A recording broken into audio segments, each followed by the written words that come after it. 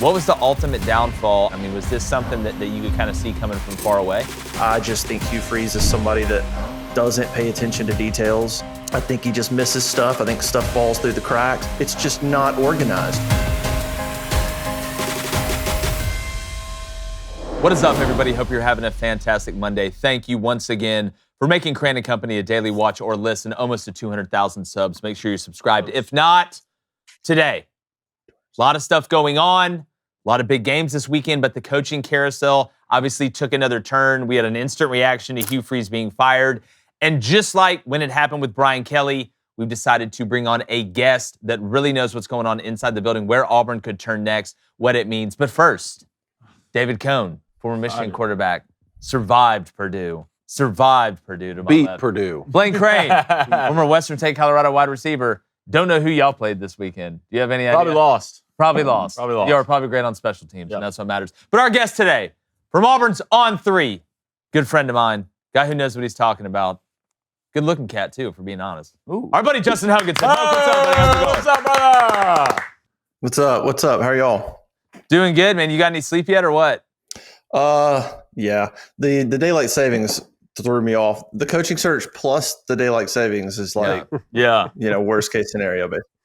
Well, it is the double whammy. I do want to say, and again, before we get into who the legitimate candidates are, who you are hearing, I want to start out with kind of how this went down, because there's a couple nuggets out there that I think people need to know. Some may be true, some may be not. I know one's true for sure, but I just want to get your view from kind of behind the glass, is that Auburn had asked Hugh Freeze to start negotiating a buyout after the Missouri loss, and he said no, and then they lose to Kentucky, and it kind of waterfalls from there. Is that true? Did they try and get rid of him after the Missouri game, and he just wouldn't negotiate the buyout down or whatever? I never confirmed that. Yeah. So, I mean, I don't know. I mean, the Missouri loss was bad. I mean, my take from the administration was pretty quiet, but John Cohen doesn't talk to a lot of people. So that being out is interesting. My take was that they really wanted to get either to the bye week or to the end of the season. Like, they did not want to just, yank him, and they were trying to give him some opportunities. So I think once you got to Kentucky, it felt like, survive and advance, or Arkansas, the Arkansas game. So you beat Arkansas and you survive another week. I mean, going into Arkansas and even Kentucky, I was hearing that there was still some support. I mean, there was still some people behind the scenes, the boosters, that some, not all, that thought he maybe deserved another year. And I think that John Cohen was even thinking along those lines, just whether it's a saturated coaching market, whether it's the demands on what your roster is going to be next year, NIL, you're thinking about buyout. I think there was some inclination to try to give him an opportunity to get out of this. And can we just get to next year? Maybe can we have a reason to not pull the plug midseason, but losing to Kentucky, that kind of ended all that. So no, I don't know about all the negotiated buyout stuff. And my understanding is he's going to get the full buyout. And I think if they wanted to negotiate it down, I feel like they probably could. So the fact that they're giving him the full buyout, I'm not so sure about all that stuff. Yeah, and to the point of how bad it looked against Kentucky, you're almost forced to do it. Just in your opinion, again, as somebody that covers the team, that is as close to the team as anybody out there that's not playing or coaching or on the support staff, what was the ultimate downfall? Obviously, the offense, was a huge problem and missing at quarterback, but was there anything else that you think attributed to, Hugh Freeze at not working out and being worst at what you're supposed to be best at? I mean, was this something that you could kind of see coming from far away? Oh, I could see it coming. I mean, we had these conversations on our board a year ago. I think the people that are in it, the Auburn fans that were on our site and stuff, we've been in this for a year. I mean, we were having these conversations last year about, is he the guy? We were talking about Durkin taking over last year. I mean, this has been at kind of a, an alert level for a year now, I would say. It pretty much comes down to the offense. I mean, You could talk about the golf, or you could talk about maybe other stuff, but if he's winning, that really doesn't matter. If he's losing, sure. it becomes an issue. I didn't love it, but if he's winning, it wouldn't have mattered. And so ultimately, it comes down to just how bad and inefficient the offense was. And it was a trend. It wasn't just a game. He could get up there and talk about being close, and he could get up there and try to treat. I think Hugh Freeze wanted to treat every game like its own thing. And you're like, but it's not a one game thing, man. It's we're 2 good years into this, even if you don't count his first year. And so it was just continuous, offensive ineptitude. And it just was getting worse. I mean, Arkansas and Kentucky are literally maybe the 2 worst defenses in the league statistically. Kentucky's isn't bad. Maybe Arkansas's is, but to go 1 offensive touchdown in 8 quarters against that group, and it was just the first drive against Arkansas, and then after that, for the next 7 quarters plus, no touchdowns. I mean, that's really bad. So if it seems like it's getting worse, you had to pull the plug. So I would pretty much point to offensive ineptitude with Hugh Freeze is sort of the downfall. Why that is, man, that's a whole different show. I just think Hugh Freeze is somebody that doesn't pay attention to details. I don't think he's a detail guy. I think he just misses stuff. I think stuff falls through the cracks. I think him being the head coach and trying to be the game day play caller was a bad idea. I thought it was a bad idea last fall. And stuff would happen on Saturdays that wasn't prepared for. They didn't prepare during the week, and then he'd pull a play out on Saturday that they haven't practiced in a month. And they're like, yeah, no wonder you're not executing. I mean, it's just not organized. You look at the other side of the ball, and that's organization, not the offensive side. So ultimately, that's it. Recruiting was pretty good. Culture was pretty good. Like, not a lot of complaints there. Like, Auburn hasn't had an SEC winning season since COVID, and that's a top 15 roster. Yeah. So, like, you can recruit. It's not all that stuff. Yeah, and again, I think disorganized and dysfunctional on offense, and then from Italian evaluation cone at quarterback. But to win to fire somebody, the timeline is so sped up now because you have the early signing period in December. But again, it's not like, you say that on one hand, but it's not like unless you're going to hire the interim, like right when he takes over, you're still going to have to wait until the end of November to hire a new coach who's not going to have a ton of time to keep high school commits who want to go other places or have been in limbo, for 3 to 4 to 5 weeks.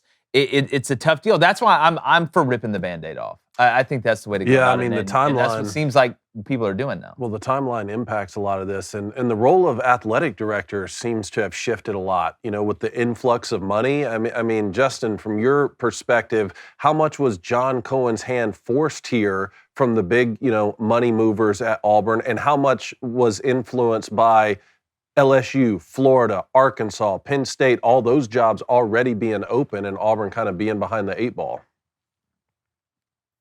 I really don't think the other jobs being open, I don't really think that played a part. John Cohen does not strike me as, I'm not endorsing him or not endorsing him or whatever. He's not necessarily a guy that was going to look at the other jobs and say, oh, some other jobs are coming open. I better get in here. He's not like that. He doesn't think like that. So I really don't think when some other jobs were becoming open, I don't know that he thought, I better, like, if we're going to do it, we're going to do it. I think he was trying to give Hugh a chance to get out of this, beat Arkansas, beat Kentucky, beat Mercer, see what happens in the Iron Bowl. And then as far as the boosters, I don't think his hand was forced. We know Auburn, the boosters play a part. The Board of Trustees plays a part. Their opinion matters. They have influence. But I didn't necessarily hear anything the last few weeks about anybody trying to strong arm Cohen or anything like that. He certainly was seeking approval or seeking opinions, I should say, from some people. And there's definitely some people that have influence. But at the end of the day, it's going to be his decision. So I haven't really heard anything dysfunctional as far as that goes. And I haven't heard, as far as some of the other jobs coming open, that all of a sudden there was pressure to do it, because you could all be going after different people. I know we'll see how it goes, right? Sumrall's been mentioned for LSU, and I don't know Florida like it, but nobody's hiring anybody right now anyway. So like you could get out 3 weeks after somebody else and technically still kind of be in the mix. So I don't think that played a part. I really think Cohen was trying to figure out the whole situation and really, I think, trying to figure out, is there any way we could bring him back? And I think he was giving him every opportunity to do that. And then losing to Kentucky was like, okay, that forced his hand. That was like, I have no choice. It's got to end now. Yeah. Guys, during the holidays, a lot of people are thinking about upgrading, things in their house or things to give to their spouse and not to screw it up. But right now is the perfect time to upgrade your bedding. You probably didn't even think of that, right? That's why we're here. We're mouthing, all right? We're in the trust tree together because Boll & Branch is having their best sale of the year with 25% off everything site-wide. They strike that perfect balance between soft and breathable so you actually get a great night's sleep. Whether you're looking at their sheets, cozy blankets, throws, pillows, and duvets, everything's made to last with exceptional quality. And Cone, I know you're a big fan of the waffle blanket. Waffle blanket changed my life. Waffle blanket, waffle fries, two of my favorite things. They both start with waffle. Blaine, I mean, you love your sheets. Oh, not only do I love them, but my girlfriend loves them, and that's the real win out of the situation. Subtle flex.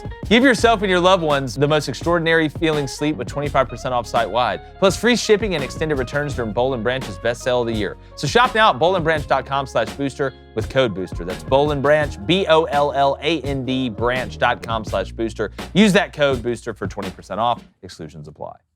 Well, that's what worries me, to be honest. I mean, you're still trying to keep a guy who's 15-19 in year 3 at Auburn, and you have a 6-16 record. I mean, what is that the standard at Auburn? Is it just because you're the guy because you brought him in? What's Cohen been here since 22? Has he hired anybody that's done anything at Auburn? No, I don't think so. He hired Hugh Freeze, I believe the women's basketball coach. There's a standard at Auburn. If you don't win at Auburn, it's not good enough. This wasn't year 2. This wasn't year 1. I'm worried, is John Cohen the right guy for Auburn at athletic director? That's a fair question. I mean, it's a fair question. He did hire Hugh Freeze. That's on him. And so he's got another chance here.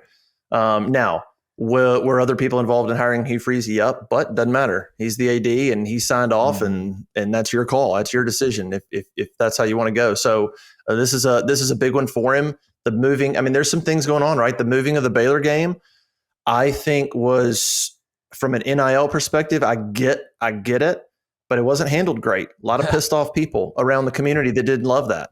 I mean, Hoke, the new coach. him. Yeah, the new coach, you could have had an opening home game that would have been a banger against Baylor coming in for your first time to be the head coach. Well, now you're going to go play that game at a neutral site. And I get the money part of it. I understand it, but it's like, kind of read the room a little bit, bro. Like there's so much else that's going on. And to the part, look, typically ADs get 2 coaching hires. If in the South, down here, you get 2 shots. If you screw up on those 2 shots, you're gone. And we can go through a litany of ADs that have been fired, that have hired 2 football coaches that didn't work out in the South, or a place they care about football. But to be honest with you, I was wrong about Hugh Freeze. I'll sit here and admit it. So it's hard for me to sit here and be like, oh, well, John Cohen's an idiot. John Cohen's a dumbass, this, that, and the other. And I knew Lane Kiffin wasn't coming to Auburn. And you look at the rest of the pool, I thought Hugh Freeze, with everything that had gone on, with the way he had kind of caught fire at Liberty and this redemption story and being able to evaluate quarterbacks in the past, which he has been able to do, I didn't foresee, obviously, the hell stuff that came up. And I didn't foresee him just totally forgetting how to put together a relevant offense that is able to move and adjust and be detail-oriented in college football. So it's hard for me to sit here and say that John Cohen doesn't know what he's doing when I endorse Hugh Freeze. The difference is, even though I endorse it, I'd have fired his ass way before John Cohen did, to be honest. But that's here nor there. But the candidates, Justin, right now, and again, we have a lot of time. There's going to be a lot of names thrown around. Before we even get into these top candidates on the outside, does DJ Durkin have a legit shot to go from interim to head coach? And is that only legit shot him winning out? Yes, he's got a legit shot. I don't know the other part. I wrote yesterday that I wrote that, I think he does have a legitimate shot, but what does that look like? Does he have to win out? Would beating one of Vanderbilt or Alabama, is that enough? Kind of hard to throw him into this and then go, hey, go 3-0, man, and you can get the job. Like, all right, thanks. That's a tall order, but he's got a shot. He's a great coordinator. The players really like him. There's some booster support on the NIL side because he's a good recruiter. And so like the guys that are really involved in the NIL side, there's some support there. And so, yeah, he's got a shot, but I don't know what it would take exactly. There's the continuity factor of keeping him. There's some good things, but then there's also obviously the Maryland, his Maryland time, not just what happened off the field, but he was 10 and 15. Like you gotta figure out, is he different 10 years later and all of that. And does Cohen want to go out and try to explain another hire with a history, as he had to do with Hugh? Does he want to deal with that again? So, but he's got a shot. Past that, you mentioned candidates. I mean, I would say right now, we've heard the popular names. John Sumrall, 100% is a candidate. Eli Drinkwitz is a candidate. Charles Kelly at Jacksonville State's a candidate. Alex Golish is a name that we would put out there. Lane Kiffin's a name, and I don't think that's going to happen, but he's, Cohen tried to get him a year ago, so he'd be interested. Lashley would have been, but it looks like Lashley's staying at SMU. Mm-hmm. I think James Franklin is a candidate. Does that happen? I don't know. That doesn't feel like it's going to happen. Wouldn't shock me if there's an interview, though, at all. I would expect an interview. I just am not sure about – I could see Cohen liking Franklin. I'm not sure that the boosters and board and fans, I'm not sure where the support for Franklin would be there. Jeff Brom might get an interview, but I don't really see that happening. So there's some names I think will be in the mix and interviewed. But if you ask me like betting favorite, it'd be probably Sumrall. And then I think Durkin's up there, and I think Charles Kelly's up there. But Charles Kelly has to keep winning. He's got to finish really, really strong and show that his 1 year at Jacksonville State is a banger. Then, because there's some booster support there, but he hasn't done enough yet. If he crushes it the rest of the year, but he becomes, I think, more attractive. But I'd keep him in there for now just because he's got the booster support as well. So those are probably a handful of names, but a betting favorite, you probably have to go Sumrall at the moment. Well, Cone, on the Durkin situation, even if he isn't the head coach, I would think if you were going to bring in an established guy like that's I'm talking about in the Power Four, like a Lane Kiffin, you're gonna let Lane bring whoever he wants. It's not you got to keep this guy if we bring you in. I wonder with Sumrall if they'd have the ability to say, we want to hire you to be the head coach, but you have to keep DJ Durkin as the defensive coordinator because you are coming up from the group. And that's a tough situation, right? Because as someone who would probably love to have the Auburn job, which I assume John Sumrall, that would be a great job for him. You'd want to say yes to a lot of opportunities, but at the same time, you want to put together your own staff. I just want to reiterate what I said yesterday, which is that there are just no guarantees with these guys. I mean, you're being hard on yourself for recommending Hugh Freeze, but he had 5 years as an SEC coach at Ole Miss and only 1 losing season at a time when he was in the West with Nick Saban, had 1 losing season out of 5 at Ole Miss. He's had nothing but losing seasons since he's been here. Brian Harsin, meanwhile, we're talking about John Sumrall. Brian Harsin had a better winning percentage at Boise State. Came in with like a really great group of 5 resume. Didn't work out at Auburn. Now you've had back-to-back coaches without a single winning season in 5 years. Like, it is tough. And to Hokanson's point, like, not a winning season in 2 years at Maryland, but he's done great on the defensive side of the ball. We talk about this all the time. Sometimes guys are great coordinators. Yeah. And that makes you a natural candidate to be a head coach, even though that skill set may not translate. So it is tough. I don't envy a lot of these ADs. I don't envy a lot of these guys, who are having to make these decisions. But with Auburn, it just is particularly interesting because there is such a booster dynamic, which you guys know really well. Yeah, and Dillingham too, Blaine. That's what I was about to bring out. Kenny Dillingham and Brent Kidd. Yeah, Brent. Those are probably be the 2 guys that I would go after. And you've seen Coach Dillingham come out and complain about not having facilities, not having this, not having that. I just watched the Arizona State team without Sam Leavitt, who their quarterback was Jeff Sims, who just learned how to throw, beat a really good team on a Saturday. And you go through what Kenny Dillingham has done at Arizona State, 2023. 3-9, 2024 went 11-3, and they're currently 6-3 right now with their starting quarterback having a torn ACL. He's a young guy. He's excited. I feel like he'd fit the Auburn fan base extremely well, and we know what Brent Key's doing at Georgia Tech right now. Hoke, what's your thoughts? Yeah, those are 2. I'm glad you mentioned them. Those are 2 that I think we have on our hot board at Auburn Sports. So as well, I just wouldn't put them at the top for various reasons. Dillingham, of course, people that don't know, Dillingham was at Auburn in 2019. He was the quarterback coach for Bo Nix when he was a freshman. Malzahn called the plays that year. And so I think Dillingham was at Memphis with Norvell, and then he came over to Auburn.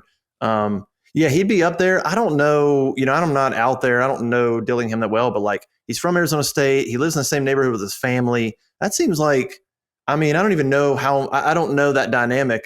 His name's being tossed around a lot, and I don't even know if he would leave. Yeah. Like being around his family and that whole good situation. And Brent Key is up there too. Certainly. I'm not sold on any of them. I don't know if I'm jaded because I just have watched so many head coaching hires over the years that you're like, oh, that's a good one. And then you're like, failure, whether it's like Tom Herman or Scott Frost at Nebraska. Remember, everybody was like, nailed it, perfect, and just complete disaster. Yeah. Even Hugh Freeze, like I wasn't sold on Hugh Freeze. Didn't think it'd go this bad. And so I don't know. I'm just sort of jaded on hires on like, you just need so many things, whether it's alignment on administration, NIL support, talent injury. There's just a lot to me that goes on. And so I think there's some good candidates. I personally think Durkin is a good candidate. And so I don't know. My view on it is I think Durkin's a good candidate. And if you, let's just say Sumrall is your first choice or whatever, let's say for some crazy reason you swing and miss.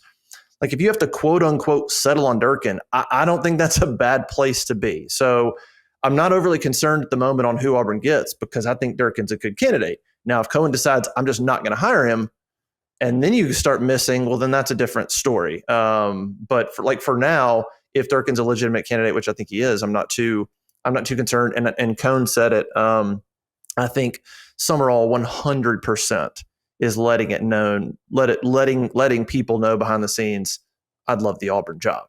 Yeah. So we'll see what direction Auburn goes, but I don't know. Unless LSU, I don't know what we think. I haven't heard strong stuff about LSU. Well, I don't think LSU would hire an in-state guy. Like this is the same. You heard a lot of the same thing, and it obviously ended up being right with Napier coming out of Lafayette when the LSU job was open. They didn't want him because he was it'd be like if Auburn hired UAB's guy. That's why I don't think Charles Kelly, and I know he's part of the old guard. He had a great relationship with my father as well. I just don't.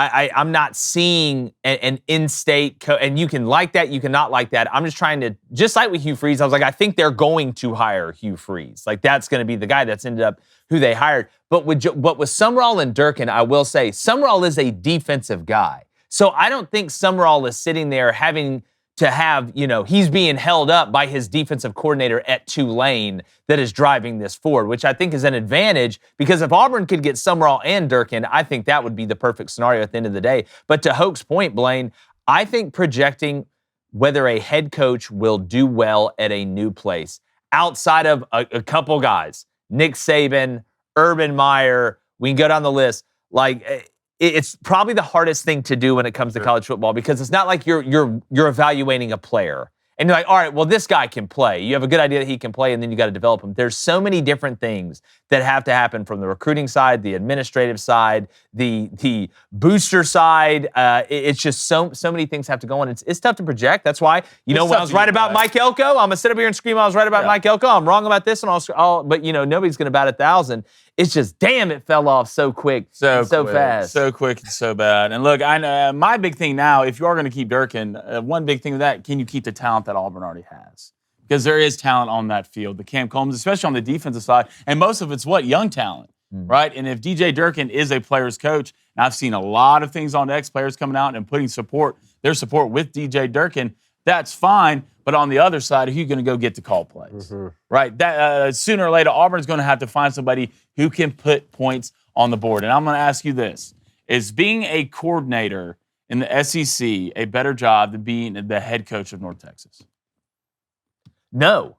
Or you talking about, is it a better job than being the head coach at North Texas? I think yes. Well, and we've seen this before. We've seen head coaches at smaller places go be coordinators. Kane Womack. Kane Womack at South Alabama went and did it to go to Alabama. I could get it. You're talking about dropping the bag on Eric Morris, who, look, I don't hate that. He go get a quarterback. He ain't going to miss it. One. The Mr. Maker guy was playing like shortstop or something. He was like, hey, why don't you come here and throw a football one time? And now he's probably going to be an NFL player. I don't hate that, but I'm just, again, trying to think what is best case scenario, because if you did make Durkin the head coach and you paid him, I don't think you'd have to pay him crazy at all. And then you'd actually be able to take that money you're paying him at DC, which is a big number to be a DC, and go get an offensive guy saying that. My thing is this.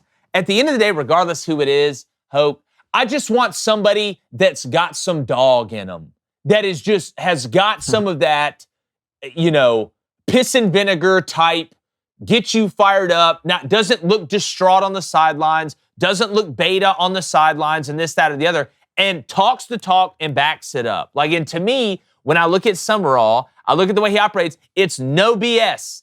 It's none of it. We're not going to have any of it. I'm not going to sit here and say, oh, well, it's this excuse, it's that excuse, or this happened, or just be patient, whatever. That's the thing I like about it. So I think it's more about personality than it is going out there and saying, well, this guy has to be a coach of this, or he has to be on this side of the ball, or whatever. I think it's an attitude, but I don't think Auburn should have a play caller as the head coach on either side. That's what I think. See, yeah.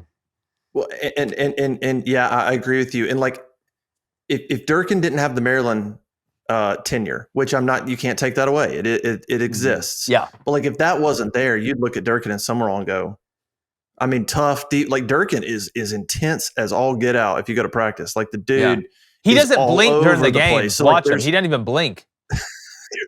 There's a toughness there, just like Mike Elko, man. There's a toughness with him, and it's translated to his team. And I agree with you on that. That's one of the surprising things about Freeze. I wish I knew him at Ole Miss. I saw clips of him, and he looked like somebody at Ole Miss. Dude, different cat.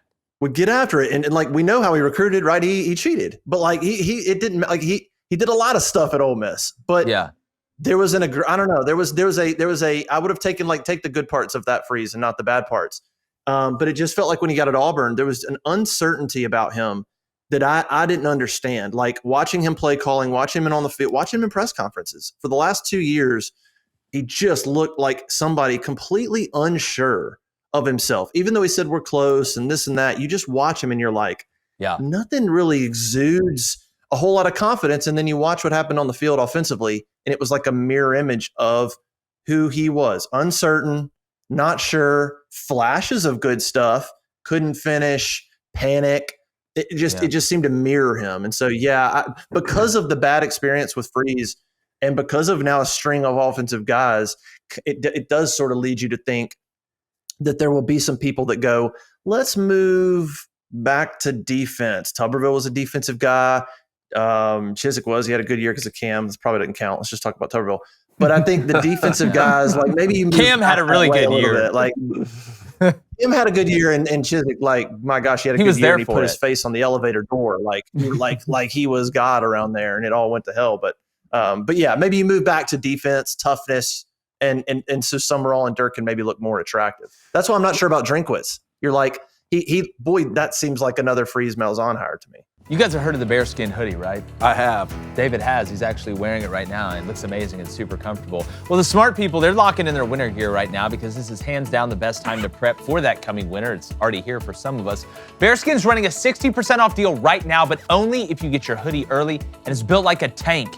340 GSM micro fleece, 10 pockets, with a clean, rugged fit that looks awesome. Plus, it zips right into the heavy storm rain jacket to become 100% waterproof when you need it. Again, we've all used it. I used it in Europe where rain started. It works. You'll get free U.S. shipping, fast delivery, and you've locked in your winter gear already. Plus, it's a great Christmas gift. That's a win-win. So do yourself a favor. Text the word Crain, that's C-R-A-I-N, to 36912 to lock in your 60% off. Again, text C-R-A-I-N to 36912. You'll get a link sent straight to your phone so you can check it out later if you're busy right now, but don't wait until you're freezing to realize your hoodie sucks like Hugh Freeze's offense. Get a bearskin now while it's 60% off. Text Crain to 36912.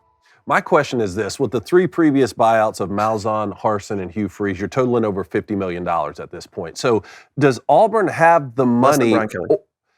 Yeah, well, I kind of want to get into that with this question. Does Auburn have the money or even the interest to do something outside the box or to be able to go steal a coach like that away? Because say what you will about Brian Kelly and even Jimbo Fisher, which the same AD stole Jimbo Fisher away from Florida State after a natty got him to Texas A&M, winning as coach in Notre Dame history, and Brian Kelly was able to steal him away to LSU. On paper, those are great hires. I know it's not a good example here because neither one of them worked out and Brian Kelly just got fired. But does Auburn have the ability to go like offer Dan Lanning more money? I mean, maybe that's a bad example because, the Nike money at Oregon or Kirk Cignetti, but you see where I'm going with this, or to get someone back in the game who may be on the fence and not need it, like Urban Meyer or a John Gruden, because all the names we mentioned so far are like the natural candidates who are having success right this second. Does Auburn have the ability, either financially or the interest, to go like make a big splash hire with an outside the box candidate?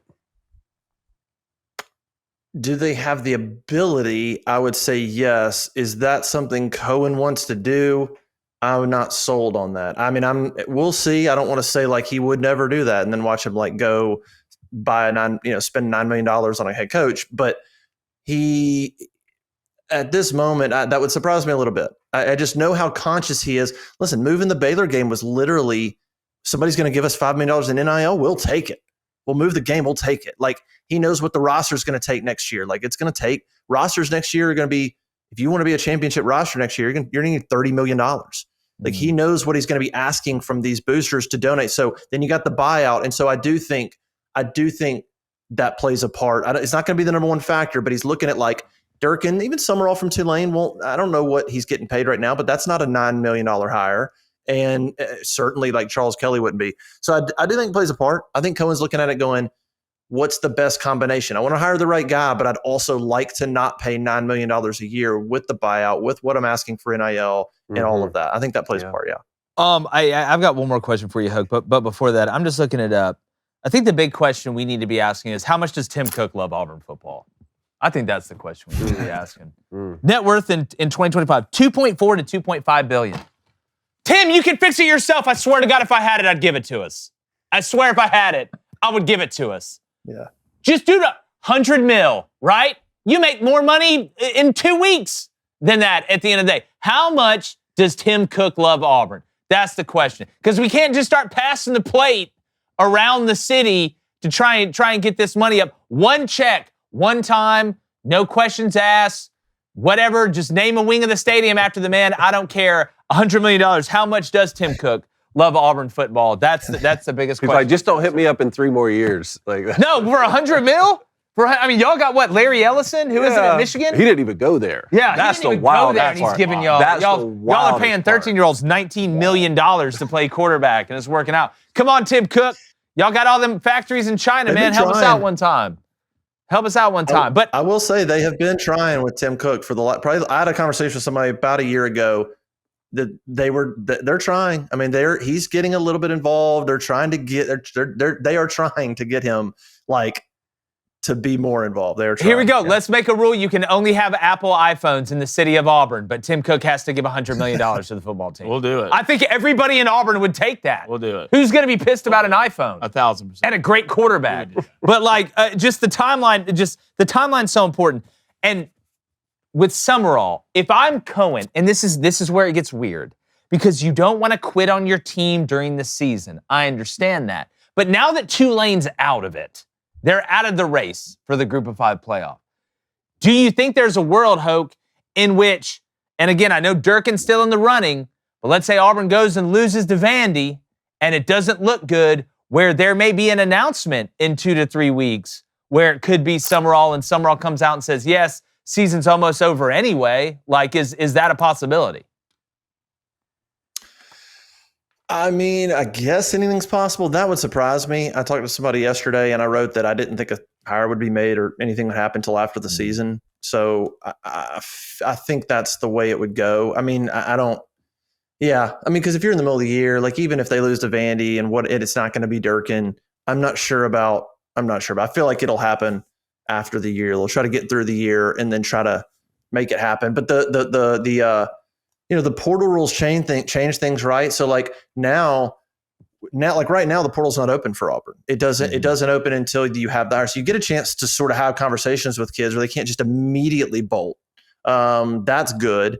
I think keeping Will Redmond at Auburn is something that's not being talked about enough. That would be really helpful. If they can make that happen. But no, I don't know that a head coaching announcement or anything would happen during the season. I think they'll start interviewing people now. Hell, I mean, Franklin, you could interview him right now. And you could start doing feelers behind the scenes, but I'm not sure anything happens till after the year. Yeah. Well, all right. Any parting shots here for Hoke? Thanks for the information. Yeah, Justin. Thanks, man. Tell everybody again. I know you guys are day-to-day, up-to-date on what's going on, what is happening. Tell everybody that's listening in the audience, because I know there's a lot of people outside of just Auburn fans that are interested in who Auburn would go after, because it could affect their team if they have a head coach opening, or if they play in the SEC or are in high level of college football. Either way, where can people find you? Yeah, I mean, auburnsports.com. We're part of the On3 network. I guess the On3 Rivals network now. So auburnsports.com. We have a great team, a lot of information. Hot boards are up, and we'll be posting information as we get it. I would think it's pretty quiet, certainly through Vanderbilt, but I would think maybe after Vanderbilt, we'll start getting more information on how things are going. At that point, you got a bye week. A lot of things could sort of be done behind the scenes here in the bye week and stuff like that. So a lot of stuff cranking. Appreciate it. Yeah. Well, Hoke, appreciate you, buddy. Appreciate you guys watching. Make sure you're subscribed, like I said. Got an Alabama LSU preview about to drop too, so do not miss that. We appreciate you. We also have the college football playoff rankings, the first official ones, coming out Tuesday night. We'll have a live reaction to that. And like the chances, I mean, excited about a change at Auburn. Let's be honest. We're going. Gone.